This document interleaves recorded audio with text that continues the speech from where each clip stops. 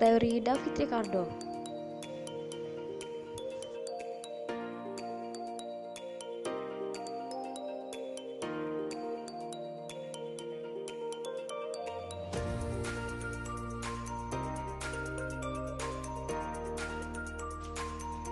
Biografi David Ricardo. David Ricardo lahir tanggal 18 April 1772, meninggal 11 September 1823 pada umur 51 tahun. Ia adalah seorang pakar ekonomi politik Inggris. Ia merupakan salah seorang pemikir ekonomi klasik yang paling berpengaruh bersama dengan Malthus, Adam Smith, dan John Stewart.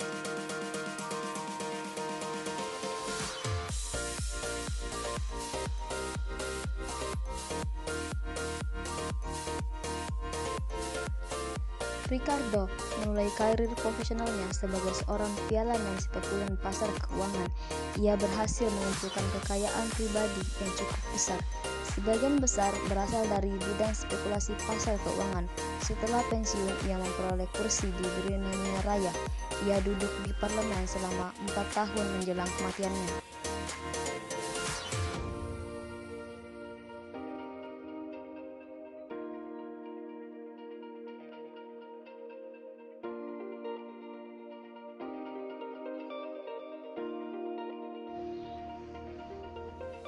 Ricardo lahir di London, Inggris. Ricardo adalah anak ketiga dari 17 bersaudara. Ia berasal dari keluarga Yahudi dan Portugis. Saat berusia 21 tahun, Ricardo menikah dengan Priscilla Anne Wilkinson dan menjadi Unitarian. Karena hal ini, ia dikucilkan ayahnya dan keluarganya.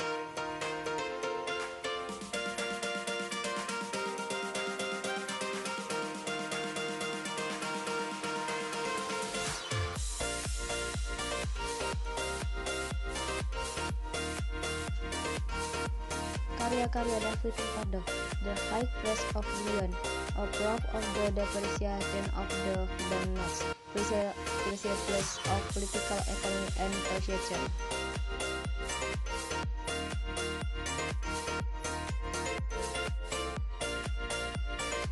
Teori serat tanah menjelaskan bahwa tanah dibedakan dari tingkat tanah marginal, yaitu tanah yang paling subur yang terakhir sekali masuk ke pasar.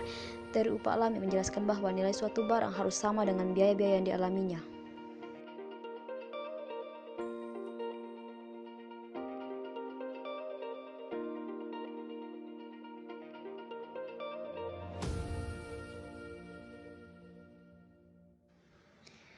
Teori kinerja nilai menjelaskan: 1. Kedua sektor memiliki tingkat upah dan tingkat keuntungan yang sama.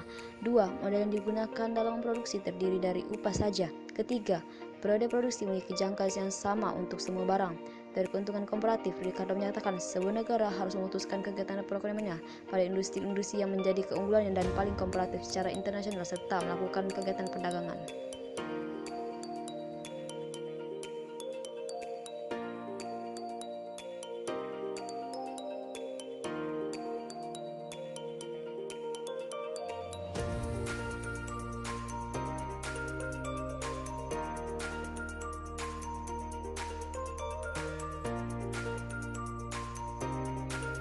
Pandangan David Ricardo mengenai perdagangan.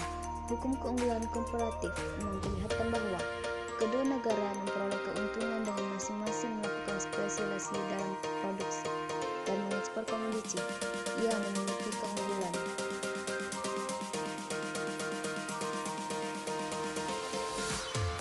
Pertumbuhan ekonomi menurut David Ricardo.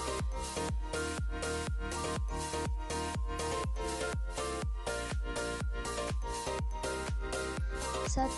Pada permulaannya, jumlah penduduk rendah dan kekayaan alam masih melimpah, sehingga para pengusaha memperoleh keuntungan yang tinggi.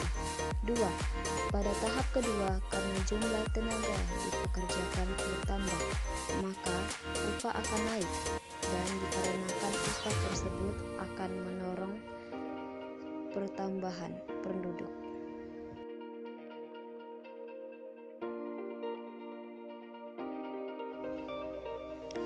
3. Tahap ketiga ditandai dengan menurunnya tingkat upah dan pada akhirnya akan berada pada tingkat minimal. Pada tingkat perekonomian akan mencapai stationary state. Menurut pertumbuhan ekonomi klasik, yaitu Y. Tingkat pertumbuhan ekonomi, F. Jumlah barang modal yang tersedia dan digunakan, L. Jumlah dan kualitas tenaga kerja yang digunakan, R. Jumlah dan jenis kekayaan yang digunakan, T. Tingkat teknologi yang digunakan.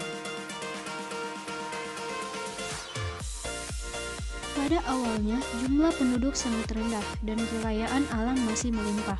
Dalam keadaan seperti ini, para pengusaha dalam menjalankan usaha dengan menggunakan kekayaan alam sebagai faktor produksi mengakibatkan para pengusaha dapat memperoleh keuntungan yang tinggi.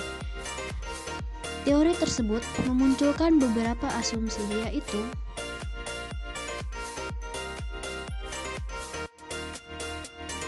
Adapun teori-teorinya: 1. Seluruh tanah digunakan untuk produksi gandum dan angkatan kerja dalam pertanian membantu distribusi industri. Kedua, berlakunya hukum Law of Diminishing Return bagi tanah. Keempat, persediaan tanah adalah tetap. 4. Permintaan gandum benar-benar inelastik. 5. Buruh dan modal adalah masukan yang bersifat variabel. Keenam, keadaan 7. Seluruh buruh dibayar dengan upah yang cukup untuk hidup secara minimal. 8. Harga penawaran buruh adalah tertentu. 9. Permintaan akan buruh tergantung pada pemupukan modal. Angka 10. Terdapat persaingan sempurna. Dan yang terakhir, pemupukan modal dihasilkan dari keuntungan.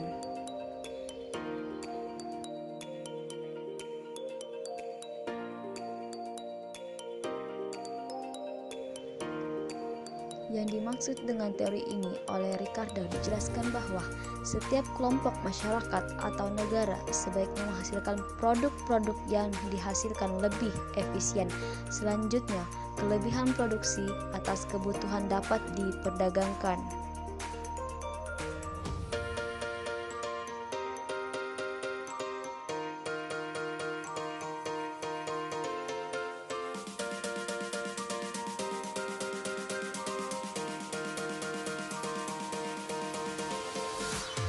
Teori David Ricardo hadir dalam kondisi perekonomian yang dikuasai oleh kaum kapitalis yang menganggap bahwa pertumbuhan dan pembangunan ekonomi akan mengalami kenaikan yang signifikan bila mana faktor-faktor produksi diolah secara baik dengan sistem distribusi.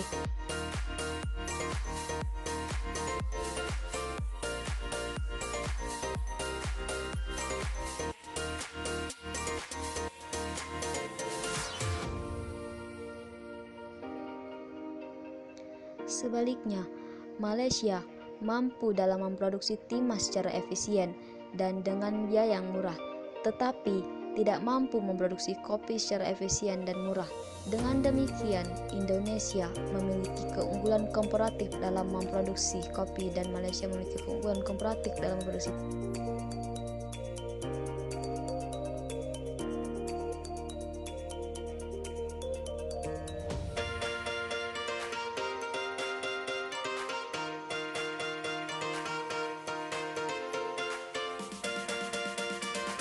Teori keunggulan komparatif, Theory of Comparative Advantage.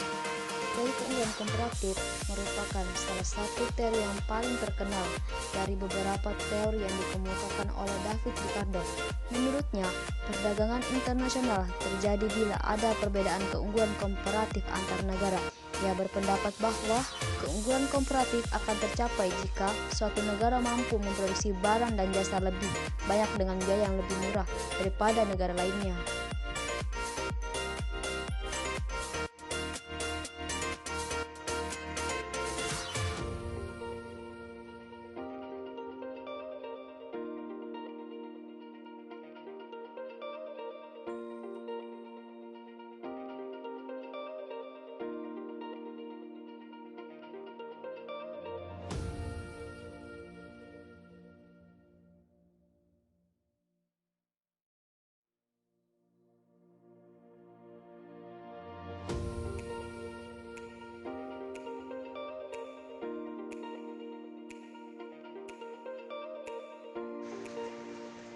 Dalam teori keunggulan komparatif, suatu bangsa dapat meningkatkan standar kehidupan dan pendapatannya jika negara tersebut melakukan spesialisasi produksi barang atau jasa yang memiliki produktivitas dan efisiensi tinggi.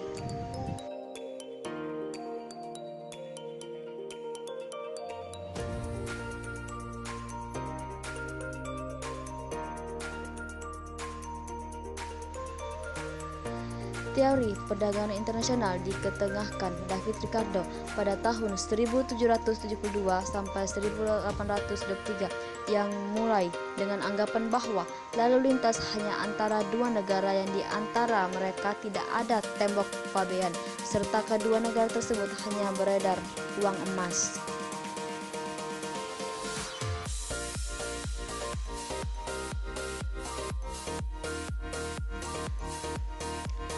Ricardo memanfaatkan hukum pemasaran bersama-sama dengan teori kuantitas absolut.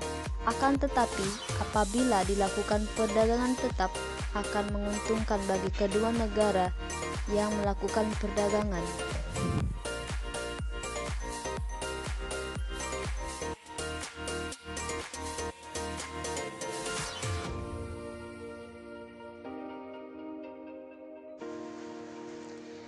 Teori perdagangan telah mengubah dunia menuju globalisasi dengan lebih cepat. Kalau dahulu negara memiliki keunggulan absolut, enggan untuk melakukan perdagangan berkat Law of Comparative Costs dari Ricardo pada tahun 1772 sampai 1823.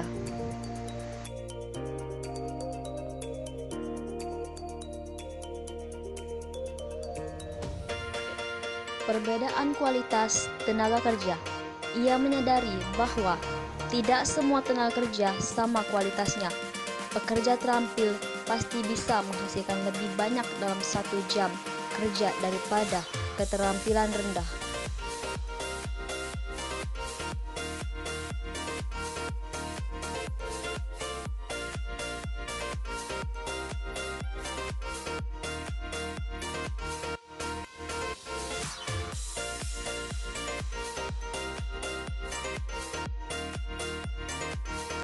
Upah, keuntungan, dan harga sewa. Nilai tukar tidak tergantung pada upah, tetapi tergantung pada jumlah tenaga kerja. Pekerja terampil secara alami akan menerima lebih tinggi upah daripada yang tidak terampil, tapi tidak ada konsekuensinya untuk nilai tukar, kata Ricardo, karena tenaga kerja yang terampil benar-benar mewakili banyak tenaga kerja.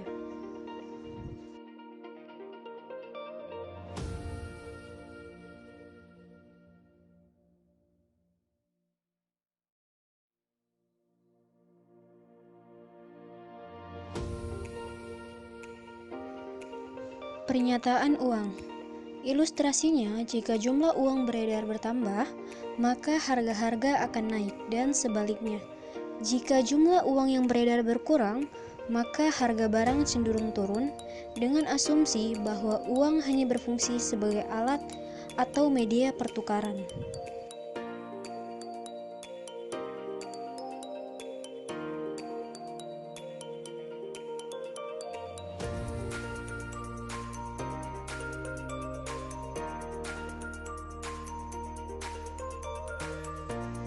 Teori skala hasil.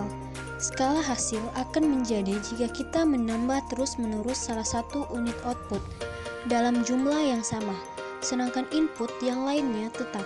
Mula-mula akan terjadi tambahan output yang lebih dari profesional. Tapi, pada titik tertentu hasil lebih yang kita peroleh akan semakin berkurang.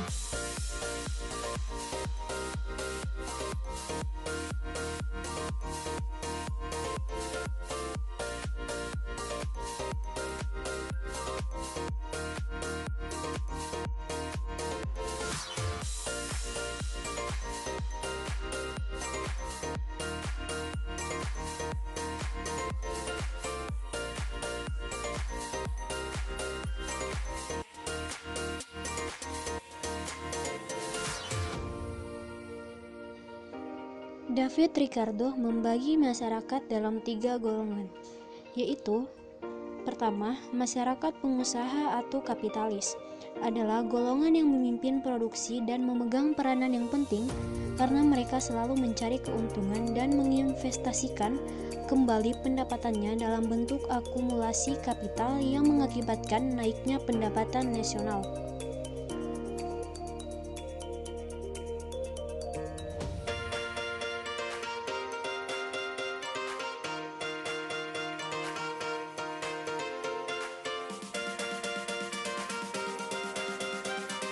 Yang kedua, masyarakat pekerja atau buruh adalah golongan yang terbesar dalam masyarakat, namun sangat tergantung pada kapital.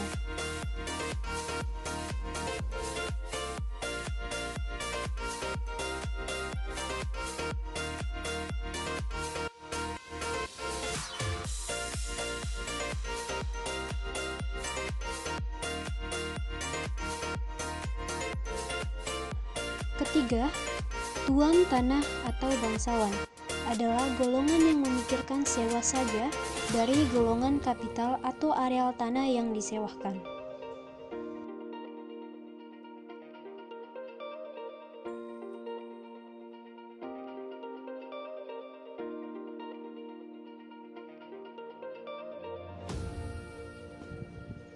Pertumbuhan ekonomi. Pertama, pembangunan pertanian. Pentingnya pembangunan pertanian dalam pertumbuhan ekonomi. Sebab pembangunan industri tergantung pada sektoran pertanian.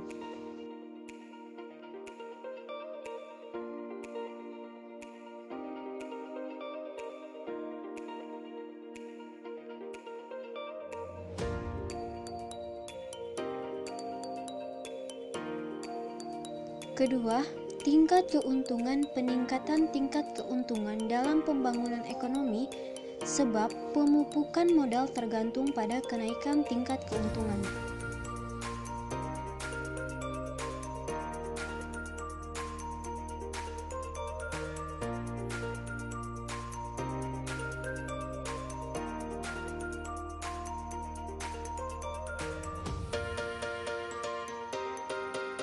Ketiga, pentingnya tabungan. Pentingnya tabungan pada pemupukan modal dalam rangka pertumbuhan ekonomi.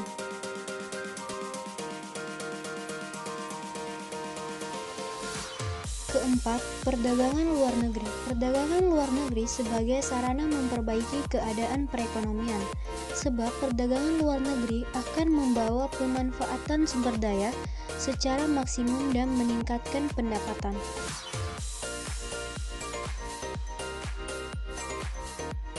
Kelemahan teori David Ricardo. 1. Mengabaikan pengaruh teknologi. Pada mulanya, kemajuan teknologi bisa menahan laju penurunan hasil, tetapi akhirnya bila pengaruh kemajuan teknologi habis, hukum penurunan hasil berlaku lagi dengan perekonomian bergerak menuju stasioner, law of diminishing return. Ricardo kurang memperkirakan potensi kemajuan teknologi dalam menahan menurunnya hasil tanah. Hal ini telah dibuktikan oleh negara-negara maju.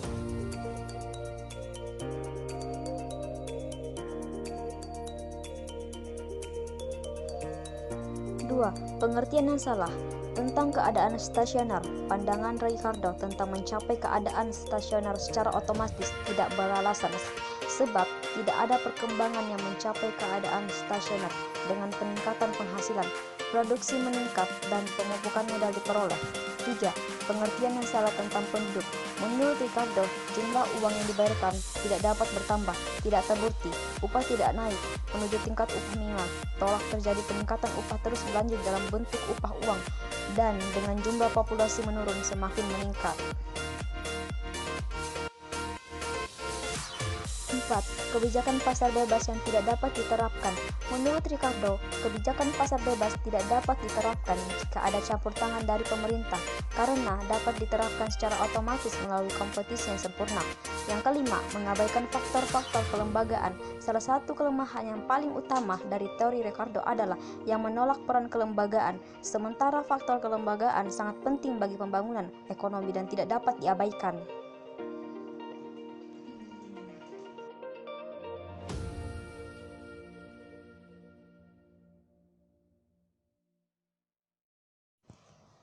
6. Teori Ricardo adalah teori distribusi, bukan teori pertumbuhan. Teori Ricardo tentang teori pertumbuhan, tetapi teori distribusi yang menentukan bagian buruh, tuan tanah, dan pemilik modal. Ketujuh, tanah juga menghasilkan selain gandum. Ricardo sukses dalam rangka pertumbuhan ekonomi. Hanya satu produk yang bisa dihasilkan dari tanah, yaitu gandum. Ini pendapat yang usang, alasan mengapa tanah bisa menghasilkan berbagai macam produk selain gandum. 8. Modal dan koefisien sisa yang tetap. Asumsi Ricardo bahwa modal dan buruh merupakan koefisien produksi yang tetap tidak benar. Asumsi ini tidak berlaku sebab buruh dan modal adalah variabel bebas. 9. Mengabaikan tingkat suku bunga. Kelemahan yang serius dari teori Ricardo adalah tingkat suku bunga dalam pertumbuhan ekonomi. Ricardo tidak memperhitungkan tingkat bunga sebagai suatu ketidakseimbangan jasa yang terkadang dalam modal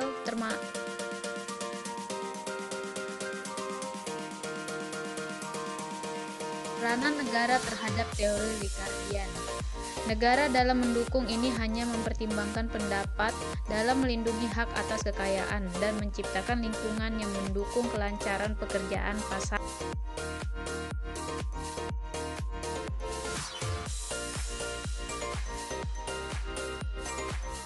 Sedangkan keluarga atau rumah tangga berperan memaksimalkan kepuasan melalui konsumsi barang-barang yang diproduksi secara massal untuk memaksimalkan keuntungan.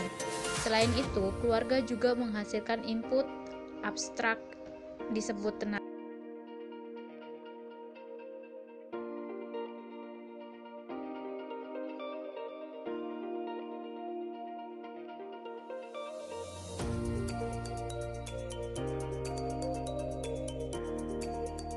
Dalam pendekatan kebijakan pemerintah sebagai salah satu faktor kelembagaan yang memegang peran kunci, aktivitas ekonomi dipandang tidak sekedar memperhatikan bagaimana kemakmuran ditingkatkan, namun juga bagaimana hasil produksi, distribusi, dan konsumsi diorganisasi. Jika ekonomi klasik menghindari persoalan normatif termasuk netral dalam etika dan moral, maka dalam pendekatan kebijakan pemerintah, aktivitas ekonomi adalah bagian dari dimensi pembangunan ekonomi yang berkelanjutan dalam kebijakan ekonomi yang membawa kemakmuran, namun yang mempertimbangkan etika moral. Perilaku manusia tidak sekedar berpedoman pasar rasionalitas, tapi naik dengan filosofi moralitas dan pertimbangan etika dan rasa tanggung jawab sosial. Berkaitan dengan peran negara, pendekatan ini mengutamakan peran lembaga sosial dan politik, termasuk lembaga kekuasaan sebagai alat produksi kemakmuran. Maka ketika zaman berkembang, kegiatan ekonomi muncul sebagai hasil interaksi dan kompleks dari berbagai aspek, maka perkembangan pendekatan ekonomi politik tersebut. Untuk menjelaskan di mana pasar dan negara harus bekerja sama, di mana keuntungan individual dan kepentingan publik harus saling mengimbangi serta relasi yang bersifat sukarela. Jika pandangan Ricardo penekanannya hanya pada teori distribusi dan bukan pada teori pertumbuhan ekonomi, maka peran pemerintah menempatkan sistem demokrasi ekonomi dengan pemberdayaan masyarakat sebagai pelaku ekonomi dan pemilik faktor-faktor produksi. Esensi adalah pemerintah menerapkan instrumen regulasi dengan berbagai bentuk stimulus ekonomi untuk membangun arsitektur ekonomi yang memberi peran aktif bagi golongan kapitalis yang tujuannya untuk mencapai keuntungan maksimal, dan golongan buruh jumlahnya terbesar dalam masyarakat dan yang hanya bergantung pada golongan kapitalis serta golongan